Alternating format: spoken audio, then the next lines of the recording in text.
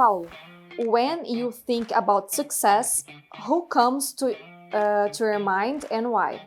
Pessoal, olha só, eu vou responder essa só para vocês recordarem aí o que é esse quadro. É o Dando as Cartas. São perguntas aleatórias que eu vou respondendo de bate pronto aqui sem estar combinado. E essa primeira pergunta é, o que vem na minha mente, né, quando eu penso em sucesso, né? Que pessoa que remete isso para mim e por quê? Bom, tem várias pessoas que remetem na minha mente, tá? Sobre sucesso.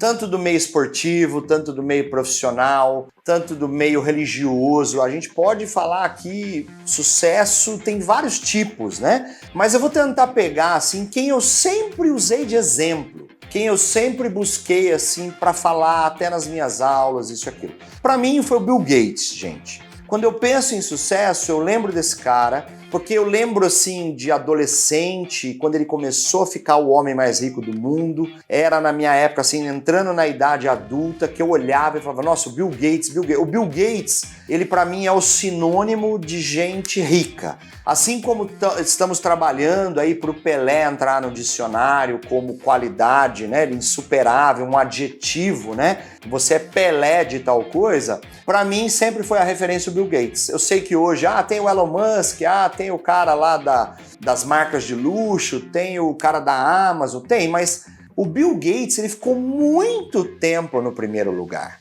O Bill Gates chamou muito atenção por isso. E por que eu imagino ele? Primeiro, ele gerou uma inovação que a gente usa até hoje. Ele sempre foi uma pessoa low profile. O que é uma pessoa low profile? Que ele nunca ostentou a riqueza dele, ele nunca usou a riqueza dele para favorecer a imagem de bem-sucedido, para falar que ele é o homem mais rico do mundo, que ele dá pitaco nisso e dá pitaco naquilo. Até porque ele chegou numa fase da vida, ele virou um filantropo. Ele começou a usar toda a riqueza dele para tentar mudar doenças na África, a investir em novas energias não poluidoras, não perigosas, tal. Então, assim, é uma pessoa que eu admiro muito. Com certeza, ele não é perfeito, porque ninguém é.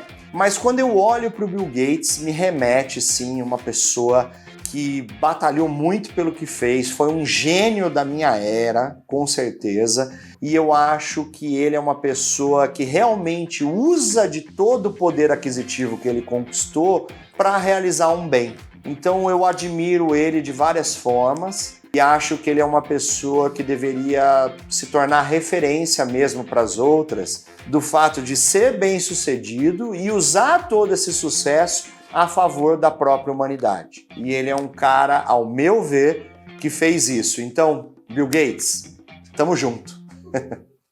Share the craziest thing that's ever happened to you.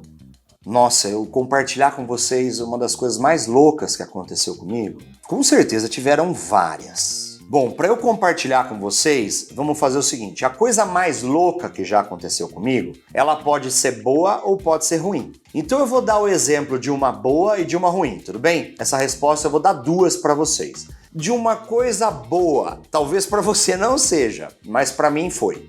Eu fui fazer um mergulho na Austrália e fiquei 3 dias em alto mar fazendo vários mergulhos mar adentro. Então eu dormia lá no barquinho, não saía do barquinho. Dentro desse barco tinham 32 pessoas e eu era o único brasileiro do barco. E quando você vai fazer a scuba diving, né, um mergulho, você tem sempre que mergulhar com um par. E eu estava lá dentro desse mini naviozinho e o guia lá, um australiano, virou e falou assim, pessoal, quem quer mergulhar à noite? Fazer o mergulho noturno? Eu falei, eu quero.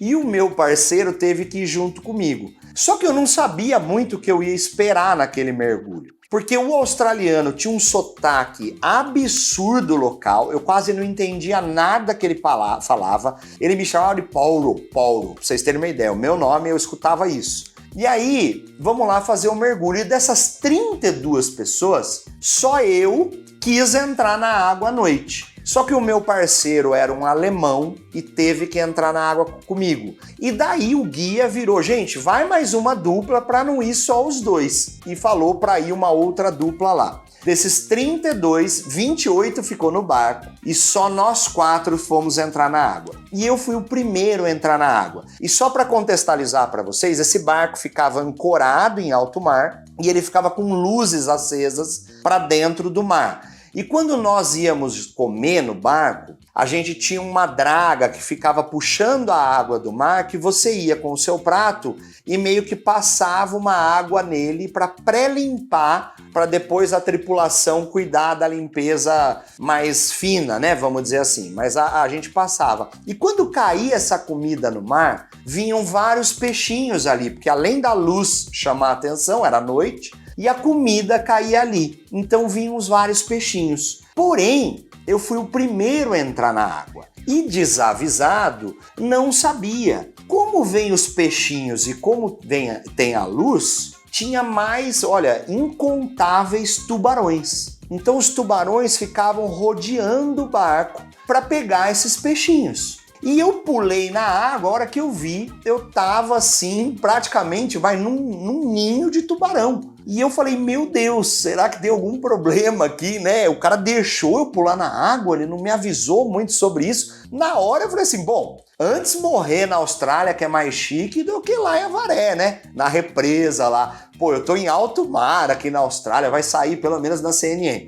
Mas entrei na água, tô lá na água mergulhando e fui com uma lanterna. O meu parceiro entrou e nós saímos da luz. A hora que nós saímos da luz e entramos naquele recife, os tubarões ficaram lá. Então foi um super alívio para mim, porque assim, foi uma das coisas mais loucas que eu já fiz com certeza e desavisado, né? Eu não sabia que ia ter tudo aquilo de tubarão. E só para finalizar essa história, lá dentro dos recifes também tinham tubarões. Só que eu tava com a minha lanterna, assim, olhando, né? Então você via polvo, os maiores predadores, à noite, eles estavam para fora do Recife. E eu uma hora também coloquei a lanterna assim e o tubarão começou a vir na minha direção. Aí, como reflexo, eu tapei a luz da minha lanterna e o tubarão desviou. E eu falei, caramba, o guia não me avisa que o tubarão vem na luz. Então, assim, essa pra mim foi uma das coisas mais loucas que eu fiz na minha vida. Tô vivo aqui pra contar, ou seja, não tem perigo, gente, pode pular lá. Se o ambiente está em equilíbrio, se você tem bons profissionais ao seu redor, podem nadar em alto mar com os tubarões, que nada irá acontecer com você. Eu sou prova viva disso. E a parte ruim, que eu quis deixar para bem curtinho mesmo, que nem vale a pena,